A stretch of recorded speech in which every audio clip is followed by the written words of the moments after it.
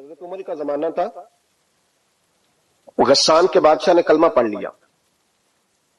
جو لوگ غریب کہلاتے ہیں نا وہ ذرا میری بات پہ زیادہ توجہ کریں، غریبوں کو سنانے لگا ہوں، غریب ذرا توجہ کریں. غسان کے بادشاہ نے اسلام قبول کر لیا، اور اسلام قبول کرتے ہی وہ آئے حج کرنے. حج کے بعد فارغ ہوئے تو ایک نفلی طواف کر رہا تھا غسان کا بادشاہ، شاہ غسان. حج تو خانہ کعبہ میں بھی وی آئی پی پروٹوکول ملتا ہے، آج تو مسجد نبی میں بھی وی آئی پی پروٹوکول ہوتا ہے، یہاں آ کے بھی، یہاں بھی اور دیکھتے صحیح کوئی کھڑا کہاں ہے. یہاں بھی پولیس والوں نے بازو پکڑے. سوچو تو صحیح، یہ حال کر دیا تم نے مذہب کا. طواف کعبہ ہو رہا ہے اور غسان کے بادشاہ نے جبہ پہنا ہوا ہے باریک اور لمبا. وہ طواف کعبہ کر رہا تھا تو ایک غریب آدمی کا پیر اس کے جبے پہ آ گیا. جب پیر آیا تو اس نے پلٹ کے غریب کے منہ پہ تھپڑ مارا. جب تھپڑ مارا تو اس غریب نے سیدنا فاروق اعظم کی عدالت میں مقدمہ کر دیا کہ بادشاہ نے تھپڑ مارا ہے. حضرت عمر فاروق رضی اللہ تعالیٰ انہوں نے بادشاہ کو بلایا، فرمایا تو نے اس غریب کو مارا ہے؟ کہا جناب اس نے پیر رکھا تھا. تو فرمایا پیر رکھا تھا تو کیا ہو گیا، تو نے کیوں لمبا جبہ پہنا تھا، تجھے سمٹ کے چلنا چاہیے تھا. کہا میرے لیے حکم کیا ہے؟ حضرت عمر کہنے لگے یہاں اسے رات میں راضی کر لے، ورنہ صبح اسی جگہ اسی کونے میں خانہ کعبہ کے سائے میں وہ غریب تیرے منہ پہ تھپڑ مارے گا اور تجھے تھپڑ کھانا پڑے گا. غریبوں سنو سنو، ساری رات وہ غسان کا بادشاہ غریب کی منت کرتا رہا تو راضی ہو جا. غریبوں تم سے شکوہ ہے، تم 2-4 لاکھ پہ راضی ہو جاتے ہو. غریبوں تم سے شکوہ ہے، تم انصاف ہونے نہیں دیتے. غریبوں تم تھوڑی تھوڑی بات پہ مطمئن ہو جاتے ہو، تمہاری زیادتی ہے. تم نے ظلم پروان چڑھایا ہے. جب تم چودھری کے کہنے پر ایم این اے کے کہنے پہ راضی ہو جاتے ہو، تم انصاف ہونے نہیں دیتے. ڈٹنا سیکھو، کھڑے ہونا سیکھو. جب اسے کہا نا راضی ہو جا تو وہ غریب کہنے لگا میں راضی ہو جاؤں اور کل تو کسی اور کو بھی تھپڑ مارے. فرمایا جتنی تیرے پاس دولت ہے لا کے قدموں میں رکھ. ہم دولتوں کی پرواہ اس لیے نہیں کرتے کہ ہم نے محمد عربی کا چہرہ دیکھا ہوا ہے.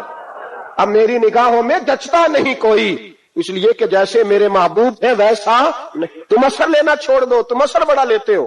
ہاں تمہارے اوپر چیزیں اثر انداز ہوتی ہیں، اس لیے انصاف نہیں ہوتا. ڈٹنا سیکھو، کھڑے ہونا سیکھو. جو بھائی ڈٹ جاتا ہے نا وہ بڑے کمال کر جایا کرتا ہے. ساری رات مناتا رہا. حضرت عمر سے کہنے لگا وہ نہیں مانتا. تو جناب عمر کہنے لگا پھر تیاری کر لیں، ہم بادشاہ نہیں دیکھیں گے، دولت نہیں دیکھیں گے، ہم رسول اللہ کا دین دیکھیں گے، ہم نبی پاک کا نظام دیکھیں گے. وہ بادشاہ رات کو دوڑ گیا، بھاگ گیا، جا کے عیسائی ہو گیا. لوگوں نے کہا اتنا قیمتی آدمی عمر نے ضائع کر دیا. فرمایا چپ کرو، میں نے کوئی چیز ضائع نہیں کی، میں نے تو اپنے رسول کا دین بچا لیا ہے، کوئی شے ضائع نہیں ہوئی. عدل جب تک میں پھر کہوں گا اس عدل کے نقصان میں ہر آدمی برابر کا شریک. ہم عدل ہونے نہیں دیتے، ہم عدل قائم نہیں کرتے. ہمارا تقاضا ہی نہیں کہ عدل ہو، ہم اپنے آپ کو عدل کے لیے پیش ہی نہیں کرتے، مزاج ہی نہیں. لیکن شرط، لیکن نا غریب آدمی ابو ایوب انصاری، ماڑے بندے.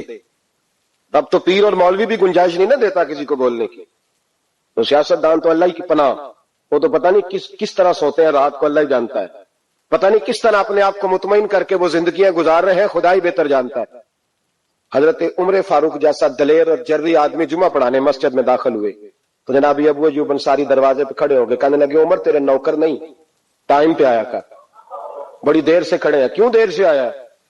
بڑے جلالی تھے نا حضرت عمر، لیکن وہ جلالی اس وقت تھے جب کوئی ظلم کرتا تھا، اور ذات کے لیے جلالی نہیں تھے. کب وقت پہ آیا کر، کو ملازم نہیں تیرے. تو سیدنا فاروق اعظم منبر پہ چڑھے اور فرمانے لگے اللہ ابو ایوب انصاری کا بھلا کرے. جب تک اس طرح کے لوگ موجود ہیں کوئی بادشاہ بگڑے گا نہیں.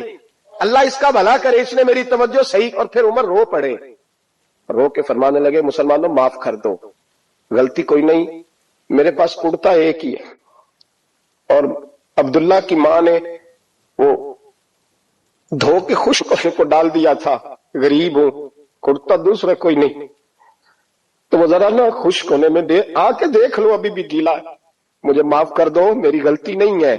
صحابہ درد کے ساتھ رونے لگے اور کہنے لگے اللہ اس طرح کے حکمران ہمیشہ عطا کرتا رہتا.